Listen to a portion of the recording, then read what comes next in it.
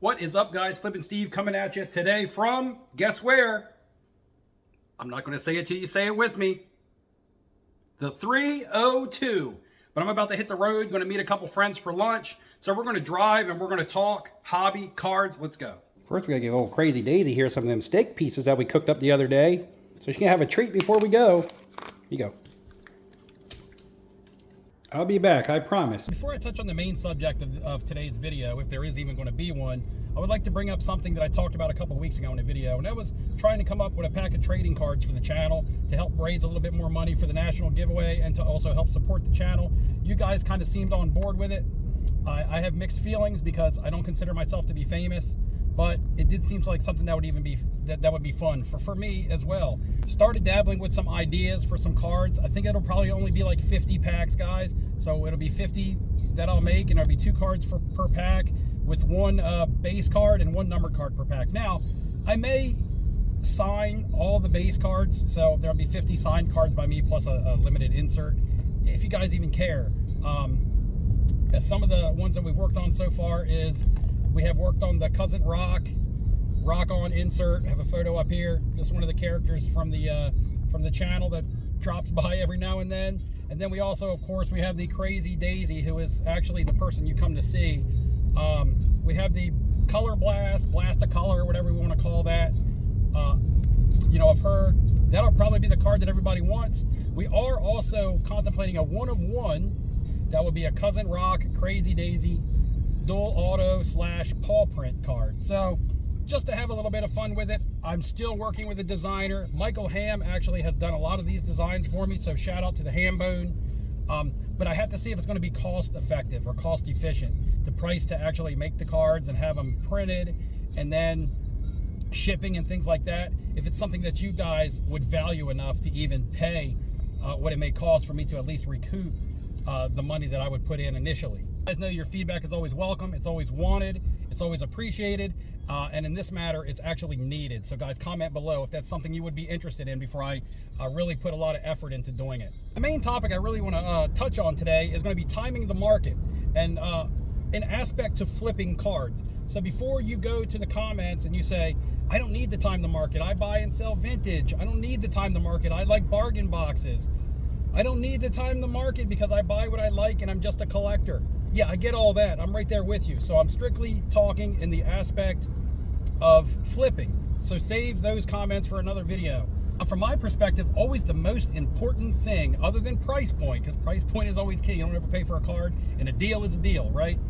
But the most important thing from my perspective is when you plan on selling the card or you're out. I always look at it as my end game. If I'm buying this card now, what is my plan for this card?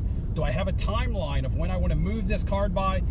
Even better, do I have somebody that I know will buy it? Just take into account where you're going to sell it, all the if, ands, buts, where, whens, hows, and everything that the questions. Try to answer as many of those as you can about selling the card before you actually even buy it.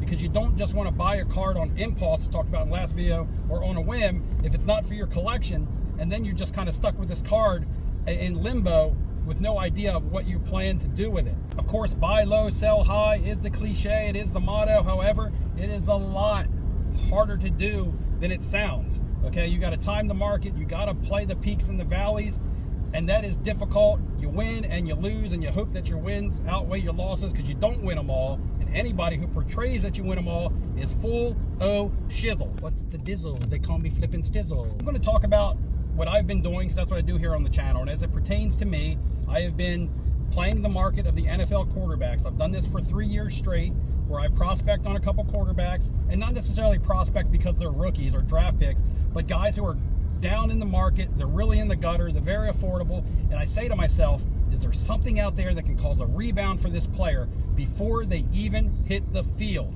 Now, that's key for myself, before they even hit the field. I hear so many people or read so many comments about, oh, you're buying this quarterback, he's not even going to be that good, or he's not on a good team, or this, that, and the other. Look, I don't need him to play. All I need is some news or some hype or something generated, some buzz for these cards to see a little bit of movement. And because I'm buying so low, The movement doesn't have to be much, and it doesn't have to be much. When you're not buying cards that already don't have baked in goodness, you don't need MVPs and Super Bowls, which don't even affect some of these cards nowadays, to see a market bump in value. For myself, at what point does it come too late to buy? Does it become too late? The market's already starting to shift, but there's already some buzz. Now, 2 quarterbacks I've been most heavy on have been Kyler Murray, because I believe that he's talented. He's shown that he can play, and he's, just not in the best situation. All the Cardinals were competitive last year when he came back, and he looked very good from his injury. He even saw a bump when he came back, and people saw that he could still play. Now, my mindset is the Cardinals are going to draft a wide receiver come April, the end of April, the NFL draft. Marvin Harrison Jr. will more than likely be sitting there for Arizona if the first 3 teams go quarterback and there's no trade outs. All right. The only trade that I see happening is Justin Fields. Now, that's another key for me. We'll get to that in a minute. But Kyler Murray could be teamed with either Marvin Harrison Jr., which would be huge, or Malik Neighbors, which would also be huge. And that'll be enough for people to get excited about him and to get excited about his cards. And that's all I need. I'm not looking to buy a Kyler Murray for $200 and sell it for $500. I'm more conservative. I don't need him to get on the field and do well and blow up the stat sheets. I'm not willing to take that risk. What I am willing to do is buy a card for $200, and if the market gets a little bit of hype on it, it moves 100, 150, even $200, I'm willing to sell. I'm not going to be greedy. I'm going to take my wins where I can take them. Most of the time when you get greedy for a win, you end up finding yourself with a loss. Last year, I sold my Jared Goff cards prior to the season, and a lot of people were like, why did you sell your Jared Goffs? He hasn't hit the field yet. And I'm like, because people are hyped about Detroit. They feel like Detroit is going to be a good team this year. And I did. I 3, 4, and even 5x my money on some of his cards selling at the National in July before preseason, before camps and all that. I sold Jordan Love on the news that Aaron Rodgers was traded. He got traded. And the day that he got traded, I sold all my Jordan Love cards for 2.5 to 3 times the value that I bought them for in February. I didn't wait for him to play. And if I did wait for him to play, I would have seen a massive decline. And then I would have seen a little bit of a recovery on him at the end of the year. But I got out of the cards when I planned on getting out of them. And that was on the news of Aaron Rodgers getting traded. That's very key that you stick to what you're doing. That doesn't mean that you can't sell earlier if opportunity presents itself. Like I did when I sold a Kyler Murray a couple days ago on my slabs. I bought for $450 and somebody offered me $875. That's a no-brainer deal. It's zero risk. It's pretty much doubling my money, and I don't even have to wait for my time frame. So there is opportunity also in between. Looks like we got some mail. Baby, are you down, down, down, down, down? It's always good when you come home, you got at least 2 card packages waiting for you. We're going to show you Daisy's lack of concept of time, and she's going to be super jacked. Uh-oh. Here she is. Hey, look, we got some cards. We've got bubble wrap, we've got cardboard, and the most important thing to take away from this video is reuse your shipping materials. So 2 things I want to do before I wrap up this video. One of them is show you the card that actually arrived in the mail while I was gone. And the other one is to talk about a point that I touched on in a recent video, and that is being aware and knowing the value of your cards, especially when the market starts to swing in your favor. There will be old comps, and then there will be sort of the new pricing of a card, and you got to realize when it happens, because people will try to use old comps against you to buy your cards at a discounted price. Blackberry for me. Blueberry for you. We're currently sitting here on 130point.com, and the reason being is I wanted to get some comps and show you guys some comps on the Contenders Optic Red, Kyler Murray in PSA 9, PSA 10, BGS 9.5. I have 3 of these, so I do have skin in the game. So this is a card that I'm keeping up with. I do have one of these listed on eBay right now for maybe $475 OBO. It's like a $425 card in my mind, to be fair. I will show you that listing, and I will also show you an offer that I received with a message. Now, the message starts out with, I don't want to be insulting or insulting, something along those lines. I don't know word for word.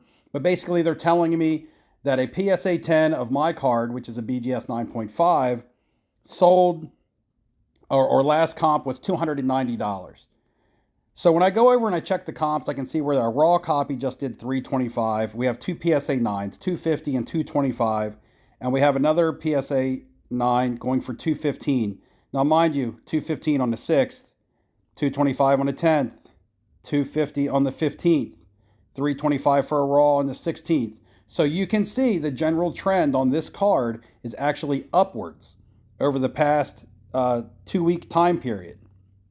The comp that this person was referencing goes all the way back to November of 2023 at $290. So again, I don't blame this person for trying to get a deal. You as a seller, do not fall victim to, not knowing that your card is actually trending up and have someone trying to buy off you over a dated comp.